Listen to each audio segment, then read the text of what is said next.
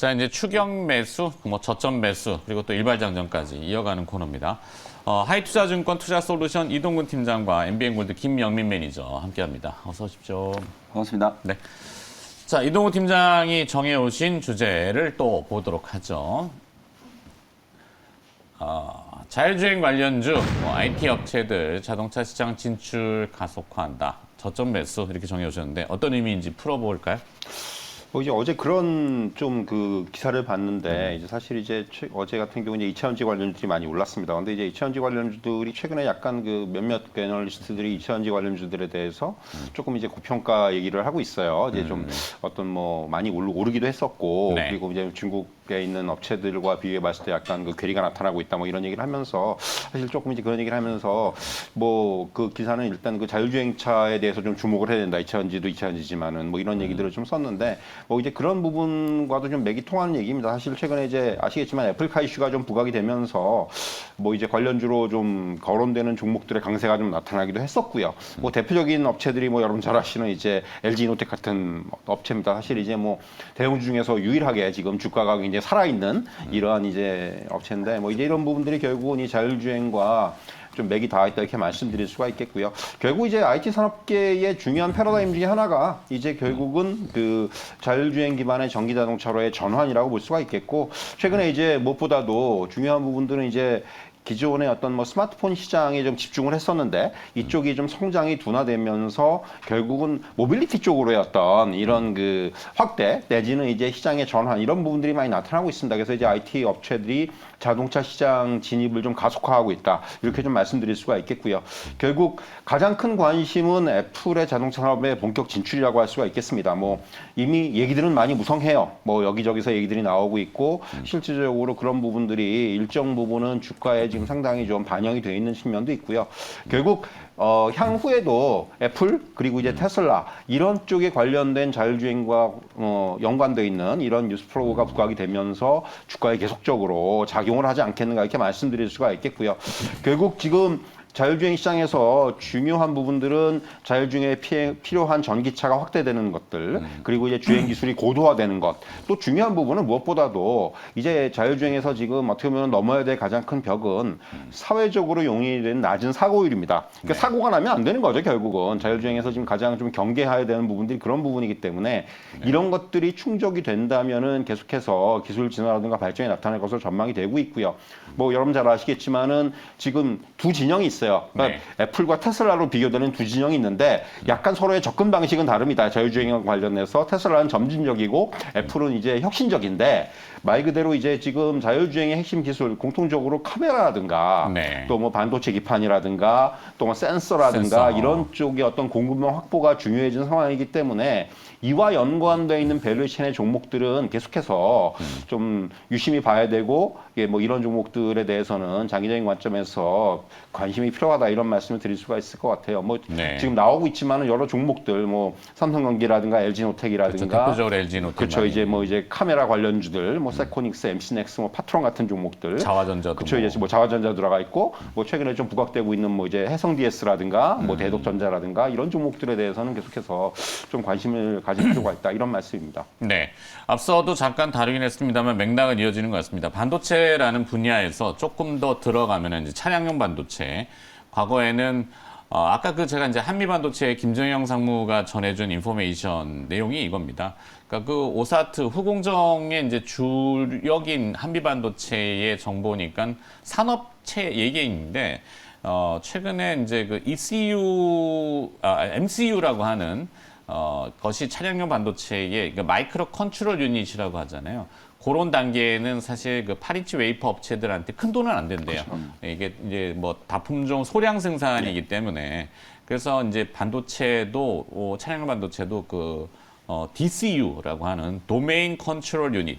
저도 정확한 용어는 모릅니다만 이게 조금 더 미세하게 조정을 하는 것 같아요. 모든 센서들하고 그런 것들 작동하는 것들을 그런 DCU 업체들이 이제 지금 말씀하신 자율주행하고 연결이 되고 애플카 이슈 뭐 그런 것들을 찾아보시면은 조금 이렇게 흘러가는구나 느끼실 수 있다. 그래서 그런 것들은 이제 저점 매수라는 개념으로 이동호 팀장님이 언급을 해주셨고 김명민 매니저의 오늘 그 얘기 또 한번 화면으로 정리해서 보도록 할까요?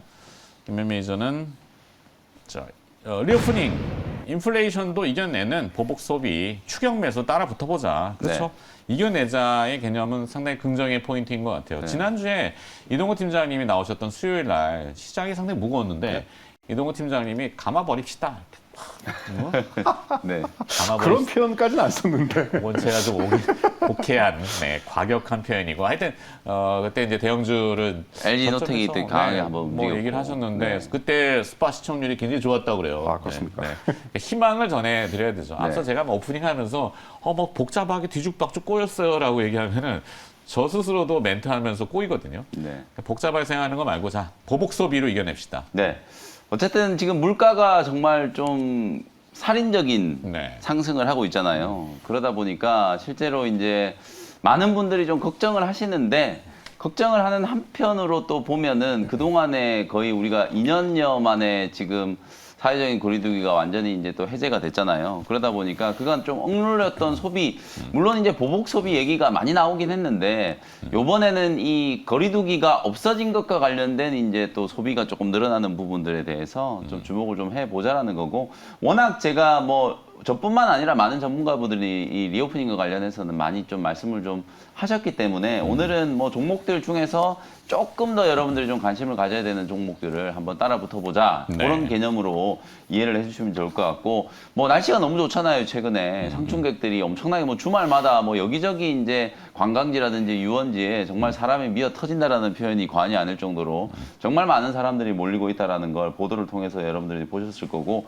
국내 여행뿐만 아니라 지금 해외 여행이 지금 예약자가 그냥 급증을 하고 있거든요. 아무래도 이제 그 유류 할증료도 많이 좀 비싸졌고 항공료가 정말 많이 비싸졌거든요. 네. 그런데도 불구하고 지금 예약하기가 힘들 정도로 유럽 여행 패키지 뭐 600 몇십만 원짜리가 동이 났다고. 네, 그냥 뭐 나오면 다 완판이에요, 이제는. 네. 뭐 그런 상황이다 보니까 아, 정말 우리 사람들이 뭐 그간 사실 이제 뭐 지갑 사정이 녹록지 않으셨던 분들도 2년간 거리두기를 하면서 인내한 나 스스로에 대한 어떤 선물 이런 것들을 이제 주는 개념으로 뭐 여행지의 상품권들을 이제 막 구매하시는 그런 모습들이 나타나고 있고, 그 다음에 가장 또 우리 일상에서는 좀 변화가 이제는 심야에 이제 밤이 좀 생겼잖아요. 네. 뭐 이를테면 이제 유흥이라든지 이런 것들을 우리가 이제 좀 자유롭게 할 수 있는 그런 환경이 만들어지다 보니까 식당이라든지 술집, 노래방 뭐 이런 이제 업소들이 밤 늦게까지 이제 영업을 할 수 있다라는 거거든요. 그러다 보니까 이제 그에 따라서 소비가 좀 늘어나는 부분들을 주목을 좀 해보자라는 이제 그런 부분들이고,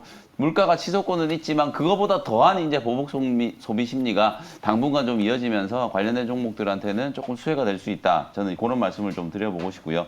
일단 첫 번째는 의류 관련된 종목이거든요. 의류 관련된 종목은 이제 카스텔 바작을 조금 말씀을 좀 드리고 싶은데, 이거는 굳이 이제 좀 골프웨어 관련해서 한 종목을 네. 조금 이제 선택을 좀 해본다면, 뭐 카스텔 바작 같은 경우에는 추격 매수가 아니라 뭐 주가는 완전히 좀 들어누워 있긴 하지만 한번 좀 보시면 좋을 것 같다. 그 다음에 이제 또 골프하고 또 연관을 시켜보면 골프존도 한번 같이 좀 네. 보자. 이제 뭐 부킹하기가 정말 좀 힘들고 그런 분들은 이제 스크린 골프 치러 가셔야 되거든요. 그래서 이제 골프존도 같이 한번 보시면 좋을 것 같고, 그 다음에 또 이제 의류 OEM 기업 중에 이제 호전 시럽 같은 종목들도 차트는 이제 호전 시럽이 이제 가장 저는 좀 돋보이는 흐름이 좀 나타나고 있다라고 보여지거든요. 그래서 호전 시럽 한번 보시면 좋을 것 같고, 어제도 잠깐 언급드렸는데 결국은 이 프랜차이즈들 식당이라든지 외식 사업과 관계되어 있는 기업들, 그 중에서 저는 가장 좀 지금 추세가 네. 강하게 좀 살아있는 종목, 오히려 지금 주가가 뻗어나가고 있는 종목을 하자라는 거거든요. 현대그린푸드라든지 뭐 그 신세계 푸드 뭐 이런 종목들도 있지만 오히려 CJ 프레시웨이가 가장 좀 좋아 보이고,